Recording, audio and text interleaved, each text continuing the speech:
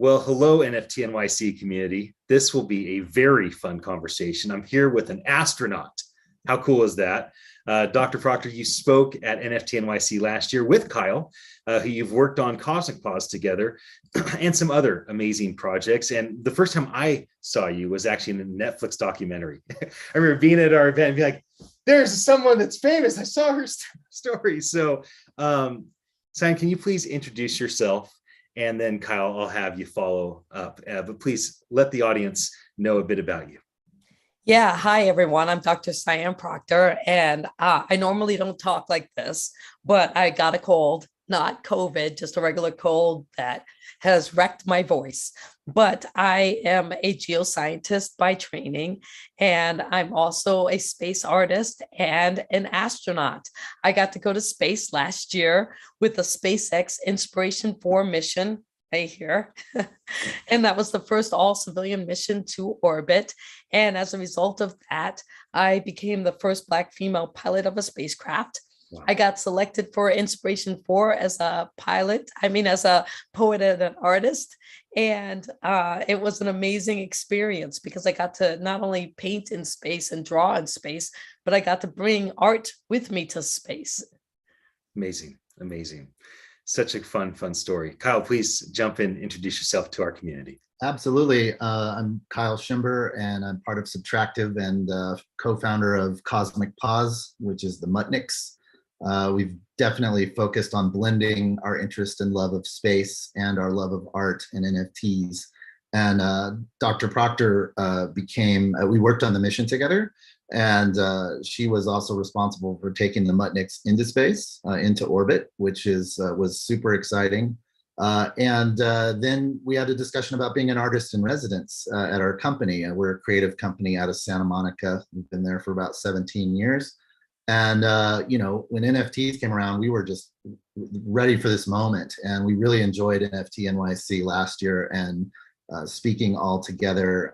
And we're happy to be back. Well, it'd be so good to have you join us again on a panel for NFTs for Good. There's so much good that you're focused on. Maybe you could talk a bit about what you are doing with St. Jude and maybe a bit about the purpose of why we want to use NFTs for the good of humanity and the good of great organizations like St. Jude and all that they do for people. I'll field that one to save Sian's voice a little bit. During the Inspiration 4 mission, part of the aim was to raise over $200 million for St. Jude Children's Research Hospital, and that was mission-wide. So, the team had asked anybody and everybody with any kind of ideas that would help with that fundraising effort.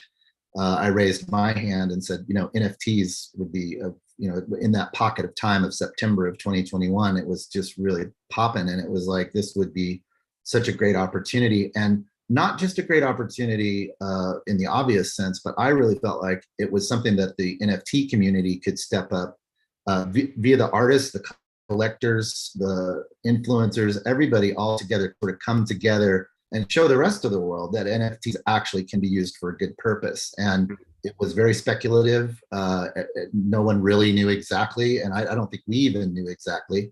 But we got the go ahead. And so we ended up starting an auction with 50 artists, and then also with one of our dear friends, Corey Shaw, who made the mission patch animated. So we had an animated mission patch, which was an open edition, which is, Sian's wearing, and then 50 one-of-ones.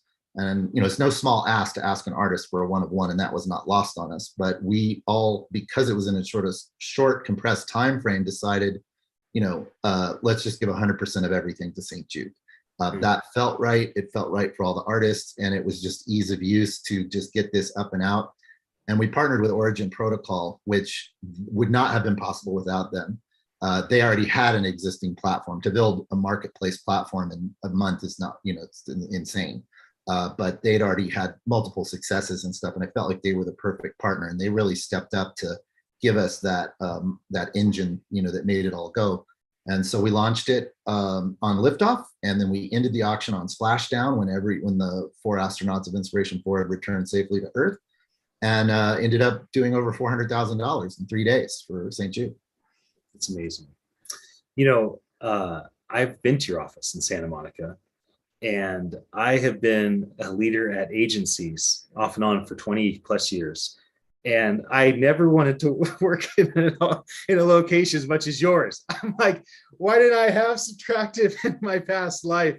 You have it now. The thing, yeah. Yay for me. The things that you and your team are capable of because of the faithfulness of 17 years building together and what you've built in your office and the infrastructure by which you have collaboratively built is really something special, Kyle. And in my mind, what you've done as an agency executive for all these amazing companies like SpaceX is as significant as any other great accomplishment, like going to space as an artist. So I really honor that. And I think people should be mindful of how much faithful diligence you and your team have had to have to build the body of work that you've built and keep bringing great, amazing things to market, and not just to make money and not just to be seen, but to do great things like you just mentioned with St. Jude.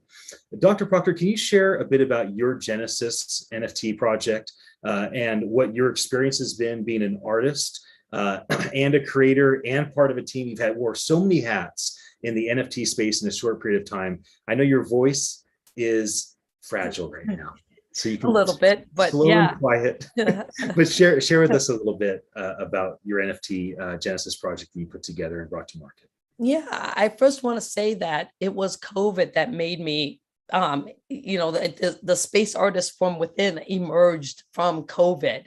So I found myself in 2020 locked in a house, in a crumbling marriage, and needed to have a creative outlet. So I started doing art. That's all been done in the last 2 years behind me. And I didn't know, I'd never been an artist. I'd always been a scientist my entire career. And then when Inspiration 4 came along, I had been an artist for about a year, trying to figure things out. And I thought, okay, I found my authenticity as an artist and a poet. And that's how I wanted to try to win the prosperity seat. And I did. And then, meeting Kyle and getting hooked up with Subtractive just meant this awesome opportunity for me to grow as an artist, because up until that point, I had done collage art and I had done watercolors and markers and things like that, mixed media, but I hadn't done anything digital. And then we talked about NFTs, and I was beginning to follow the NFT community and figuring out like, well, okay, how does this work? And so then Kyle gave me this great opportunity to not only do my part as the mission pilot for St. Jude, but also to get involved with NFTs and doing this fundraiser. Like, how could I help raise money towards that 200 million? And it just made sense to, do this with NFTs and artists and coming together in this really amazing, unique way. And so I, of course, then was like, okay, well, I have to have my piece. And so I created my first digital art piece that I donated to St. Jude Children's Research Hospital. And that sold while I was in space at the auction. And then what was interesting, though, is before I went to space, I had created a physical piece, and it was called Seeker. And it's in this piece, I call it traveling art that goes on an adventure. And so this physical piece, before I went to space, first went down to the Mariana Trench with an astronaut, Richard Garriott, who's the president of the Explorers Club. And then that piece of mine went to the Titanic with another astronaut, Scott Parazynski and his wife, down to the Titanic. And then it went to space with me. And that physical piece, then I donated that to St. Jude Children's Research Hospital, where it sold for them, the physical piece sold at auction for $100,000. But beforehand, with Kyle and Subtractive, we had the foresight to scan it and make it into a digital NFT. And so when I came back from space, we animated it and made it into my first, official Genesis piece for myself. And so it's an edition of 100. And so I've been very happy to have that. And And so me as an artist, that's kind of my journey. But one of the things I'm really proud of is the Mutniks and Cosmic Pause, because when I first saw this project that Kyle was working on, I was so happy because I love dogs, and the history of how dogs help pave the way for humans to go to space. And so I jumped on that, and I was like, we need to do this. And he was like, well, can you take the Cosmic Pause and the Mutniks to space? And I was like, absolutely. And I was so honored to be able to do that. I brought this up on the screen because it's one of my favorite things of all time. I pressed the generate button thousands and thousands and thousands of times. Oh my God. Hoping that one day I would get laser eyes and a lightsaber. Well, what's funny is that I have my wolf pack, and because I love the dogs in spacesuits, when you get the full spacesuit. Awesome. And so I made it my mission to get every dog in every, spacesuit. And I spent hours generating, yes. And then I'd get it and I'd be like, oh my goodness, I have it. Yes. I pulled this up because I want to talk about two things, and I feel like this visual would really help. One, we'll talk about in a moment, which is the importance of technology, the importance of marketing, the importance of having a type of thing that will bring people in, like they want to keep pressing the generate button and find just the right thing for them. We'll get to that in a moment. First, I want to talk about dogs going to space. Some people have no idea about the history. So can you just explain a bit about the history of the Mutniks and space exploration for our canine friends? Absolutely. Mutniks was not a term that we coined. It was coined by the scientists that were part of the Russian cosmonaut program. And they, had a directive to find dogs, and they went with stray dogs, and they sort of scraped the streets of Moscow to, find stray dogs and then work with them and see which ones, responded to the spacecraft, and, which ones were easy to work with. And the primarily all female dogs were proven to be the best candidates. And there's if you on our Discord, there's a person that put up a sort of an infographic of all the dogs when they flew, who made it, who didn't make it, who flew together, who flew independent. It's really interesting. It's something to check out for sure. I found it fascinating, and it's all based in deep history, but also obviously not the right way to treat human's best friend. It's like, that's not right. And it was a different time period. It was the 50s. Much different. It's a much different time period. And so rather than it being sad, it's more of a sort of reparational and honoring this story, putting it on the blockchain so that everybody gets to learn a little bit more about it. Google it, Mutniks, and Leica being the most famous. So that's the one that we started with. That sold out last year. And we're currently on Star, which is Zyabdochka. It's the Russian name. I probably butchered that, but she was the one that flew right before Yuri Gagarin, and obviously an interesting time for Russia and history and things like that. But our mission here is to just be like, the scientists would not be up for what's going on right now. The Mutniks certainly would not be up for what's going on right now. And Mutniks for Peace is sort of what it is. It's like, they can't help where they're from or what they've done. It's part of history, and the good and the bad together. But this is sort of a fun way to celebrate it. And when I came up with this, my idea was, at the time, it was a year ago now, almost, everybody was buying into different projects, and then people would get the reveal and then be like, oh, I don't even like this one. It was like a hole that I saw that we could potentially solve for. And so I wanted people to have the option to be served up, a variance of 7 different traits, and it'll just keep giving them to you until you decide. They're not minted, they're not pre-minted. So as soon as you hit the mint button, when you fall in love with this one with a space shuttle in its mouth, it's yours. And then it gets uploaded to IPFS and written to the blockchain. So we did do a lot of tech around that, and quite proud of it. It's been a slow and steady kind of thing, but we're building community, and we're finding all the people that love space dogs and art. I just think, well, I want to say one thing about the way we judge history, because I can't help myself. When we look back 60, 70 years and we judge our grandparents and great grandparents on our standards of morality, the way we treat animals, as an example, it does lose our ability to honor the good that they did do. And we forget that they may have had great intentions and just not had the same moral compass that we collectively share by consensus today. I think it's really important as we look back at history in any project, and that we try to find the gold and the good about things and bring those things out, which I think you've done really well with Cosmic Pause. I do want to touch a little bit more on the importance of being creative in bringing projects. So I just want to highlight a few things, some that you've already said. Number one, you recognize that when people just bought one of 10,000 moving images and they get the reveal, if they don't like what they have, there can be a negative impact on them and on the overall community. And so this is a way to solve that. You let people press the generate button until they find what they want. Another thing is it's not minted until a person's ready to actually make that acquisition, that investment, which is much different than a traditional way of either just doing everything lazy minting because it's cheap or mint first. This is a very specific approach by which you've done. And then the design, the feel that you have, that this is welcoming, inviting. I want to keep pressing the button over and over again until I finally get what I'm looking for. That so was crazy. There's a lot to be said about what the package that you've put together for Cosmic Pause and the benefit by which the community has had to really feel like they have ownership.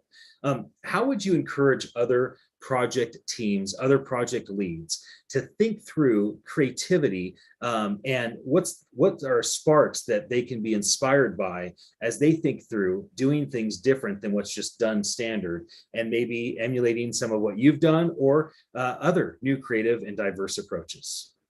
Well, I think it's, every aspect of this is creative, from the code to the art, the illustrations, even the color palette, to even the devices, the mechanics of the actual sale, right? And, in this case, rarity, which not everyone's into, but those that are, we have no way of knowing. It's a collective conscious decision at the end of the mint that will determine what is rare. So we felt that was a really democratic way. We can't just say, oh, here, Sian, you're our favorite person. Here's the most rare of rares. We don't know what that is. That's made up by the community's choices collectively. And I think that, this is it's so cliche to say early days, but I mean, we didn't even scratch the surface of what is possible through code, through mechanics, through even marketing of these things. And at the core of what we're doing is just, really building people that love space and dogs. And then as we continue, we've done a couple of dog rescue donations and stuff too, but as the community grows, we aim to do more of that, and tying in again our NFTs for good, and hopefully make that community-based decisions as well too. I don't know if I answered that question right, but that's some of where our head's at least as far as this project's concerned. Well, I'll say that I love when you have more creative options. And that was one of the things that really drew me to the Mutniks, and wanting to be able to, mint my own, like I was saying earlier, create my own wolf pack, and with a theme. And that I was really passionate about. But, even when I go and get involved in the community and support projects, I like to see ones that are creative in some extent. And I got to hand it to you. The one that comes to mind was the Time magazine one with Keith, and how, you could get a slice of time, but then you got to choose whether you burned it or not to get, one of their Time artists. And I thought that was a clever way of engaging the community, thinking about, the art, how they could use their history to create something interesting with the slices for each year. But then that idea of do you burn or do you keep? And I know Keith, I know. Yeah, Kyle and I both engaged in that, and I burned and I was very mine's still kept. You kept yours. What year were you? What year did you have? It's in my wallet. I can't remember. I can't believe you kept, because Kyle, did you burn? I had two and I burned I both of kept mine. one and I burned one. I did both. Yeah. Because you had a good year though. Didn't you have I had like like 1945? 1949. Yeah. And I had 2 years that were like, so I burned them both. And then I got, like I got a drift. So I was very happy about that, so I got two good ones in the end. Yeah. I think one thing that's really important about this community is the way that we speak great about one another and that we collaborate together, right? What Keith and his team have done at Time, they're not the other guys. They're not, look at, we're better. It's like, wow, look at what they're doing. Can we collaborate? Can we work together? How can we do even more? How can we multiply each other's efforts? And I think that's such an important thing that's in place in so many places. Like, could you imagine you're going to space and there's competition amongst the teams saying to space? No, everybody has to be a symphony. And let me ask, what have you learned? Because both of you have been involved in SpaceX in different capacities. What have you learned about collaboration when the stakes are so high that there's no other option? And how do you see that differently than collaboration in this environment where people jump into a community by choice, they stay by choice, the stakes may not feel high if they abandon or if they, cause unnecessary hardship. And so can you speak to that a bit about the environments where it's mandatory for us to work together and environments where we have to choose day after day after day to collaborate and work together? Yeah, it was really interesting because, I was part of a situation where Jared, my commander, said, we're going to do this first all civilian mission, but he could have easily just picked, his buddies to go along. And instead he's like, I'm going to give seats away to strangers, talk about, and that's going to fly in a spacecraft with me, tiny little spacecraft, and we're going to live together for 3 days in orbit. Most people wouldn't take that chance, but Jared was very thoughtful in how he wanted to approach the Inspiration 4 mission. And then so there was us coming together and getting to know each other and become a family and being able to rely on each other in, like you're saying, a high stakes environment where if something goes wrong, you could literally lose your life. And so building crew cohesion and trust and all of those things are so important. But it wasn't just about the crew, it was the extended crew, which is the team, right? Which is the Inspiration 4 team, but also SpaceX, the whole SpaceX team. And it was all through spending time together that we realized, how we got along and came together, and the importance of the mission. But you got to have trust. And I think when you think about the NFT community, I felt nothing but welcoming. And it's funny because the first time was NFT.NYC last year when I came and I got to meet everybody in person. And but being able to again meet people who you connect with and then being able to go in and collaborate and create something. And I feel very fortunate that through Kyle I have met amazing artists and just had fantastic experiences. And you're right, you get to choose whether you want to engage or not. But what I found is that everybody who I've chosen to engage with has been so wonderful, and the experience has been rich and rewarding. And I think that when I think of old space, it was competitive and exclusive. And new space is complementary and inclusive. I call it Jedi space, just, equitable, diverse, and inclusive space. And when I think about NFTs and building communities, I think of, well, a lot of it is about trying to create that Jedi space in the digital art community. Absolutely. Kyle, any thoughts on that? I mean, how can I follow that? Yeah, that was beautifully said. And space is for everybody. It's an abundance mindset. Whether it's your personal space, the space can relate to a lot of things. The NFT space, outer space. Right. Literally, together we all achieve more. By being accepting and with everyone working together. Mm-hmm. Not always possible, but just we're entering this new realm We've just gone through all kinds of craziness with, being in our homes for a year and COVID and all that. So I think everyone's mindset is sort of like at least been jarred to consider the possibility of, abundance. And then that's what we try to operate from. Well, I could keep you on forever, but I told you I'd stop at this time. We got to save some of it for New York, right? I know. You get to be on a panel. It's going to be so good to have both of you with us again. I want to also just bring to remembrance how much positivity the two of you and your team brought to our party last year. There's all these different pockets, and there's just something about the ethos of that 20 square foot space that the two of you and your team inhabited, and you're handing out the mutton stickers and you're telling the stories and you're inviting people in. And it just felt like such a wonderful light amongst many other lights that were there, obviously.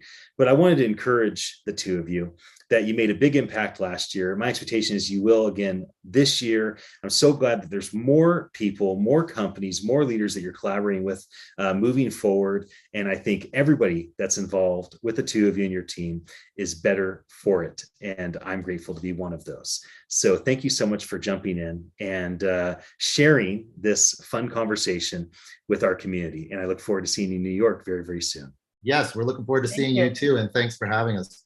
Yeah. Absolutely. Okay, bye everybody. I'll be back again with another